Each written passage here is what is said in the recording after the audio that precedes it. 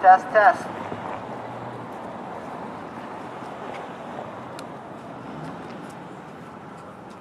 Can everybody hear me across the street? Woo! Yeah, I hear you. Got any wine? Got any booze? Yeah. I got everything you want, baby doll. This is in dedication to every person that is in jail right now for exposing the truth. Right. Anyone who trades freedom for security deserves neither. Benjamin Franklin. Government big enough to supply everything you need is big enough to take everything you have. The course of history shows that as the government grows, liberty decreases. Thomas Jefferson. Hello and thank you all, brothers and sisters, for coming to celebrate our International Day of Privacy, otherwise known as Operation Big Brother. As you may know, we are here to raise awareness and speak out about the ongoing surveillance state and how it is violating our Fourth Amendment. Since 2001, they have been coming up with and passing bills that encroach on our unalienable rights that have been given to us by our forefathers. You have the Patriot Act to spy on you warrantlessly. Now with more advanced technologies of the 21st century coming out, companies like DARPA and Raytheon are developing Department of Defense technologies that are far beyond our initial imagination. Technologies like trapwire, index, riot, fast, biometric scanners, long-range fingerprinting and iris scans, Robocop-like devices that allow police to identify a target just by looking at them, and now the Air Force has unveiled their new micro-aerial vehicles. Here are two more quotes I would like you to consider. One of the penalties for refusing to participate in politics is that you end up being governed by your inferiors. Plato. To sin by silence when they should protest makes cowards of men. Abraham Lincoln. Unfortunately, most of America has been silent since 2001. Our silence has been taken as consent from our government, consenting to the shredding of our Bill of Rights and our Constitution. We all know the Patriot Act and how it allows agencies to warrantlessly listen to our electronic communications on either our phones or through our computers. This is a full-blown violation of our rights to speak freely, unmolested, and to be left alone. Agencies like the Department of Homeland Security, the FBI, the CIA, and the NSA are among the agencies that we know of using programs in the background to monitor your communications. They say it's there for your protection, but is it really? No! No!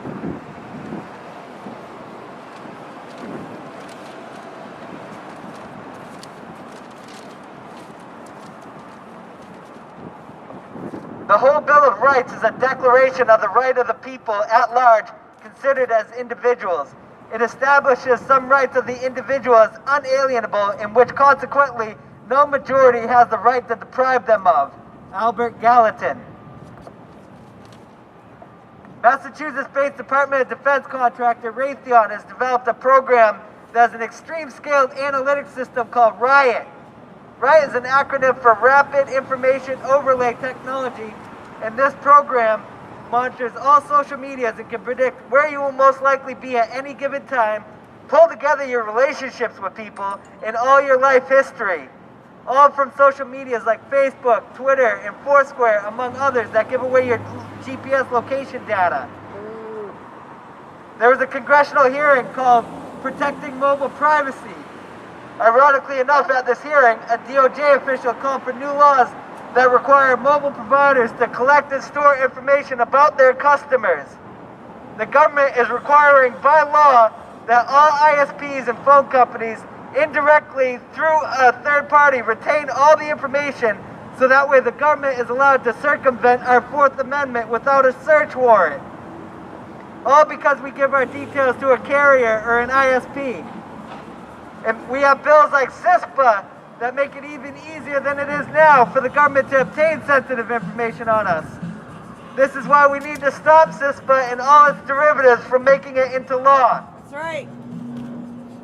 Now we witness the invasion and arrival of the Transportation Safety Authority, otherwise known as the scum at the airports, aka the TSA, in our great city of Boston. Whoa. They have been doing warrantless bag searches on our subway systems. It is our duty as Americans to let our representatives and government know that we will not stand for this, and we will not consent to random bag searches in our train system or any checkpoint. These random searches have to go. Right. Along with the TSA, their searches, the Department of Homeland Security, working with a company called Draper Laboratory from Cambridge, who have been testing a technology called FAST. FAST is an acronym for Future Attribute Screening Technology. Its main use is to scan people for malintent by screening for psychological and physiological indicators in a mobile screening laboratory. These systems have a shade of Minority Report written all over them. These are, in its simplest form, no more than thought police or pre-crime units. Yay! Having an iris scan, a fingerprint read, or going through security and having a hand stuck down your pants is enough to raise any person's heart rate or blood pressure, which can give away false reads for these pre-crime units. In turn, could falsely flag someone as a potential terrorist, thus making the entire system unworkable anywhere. If they're to try to use these systems, we must act accordingly and make sure we take them down legally by contacting our representatives and tell them that you do not want this, you do not condone this. The Department of Security, Homeland Security, recently advanced a plan to deploy public safety drones in the skies of America.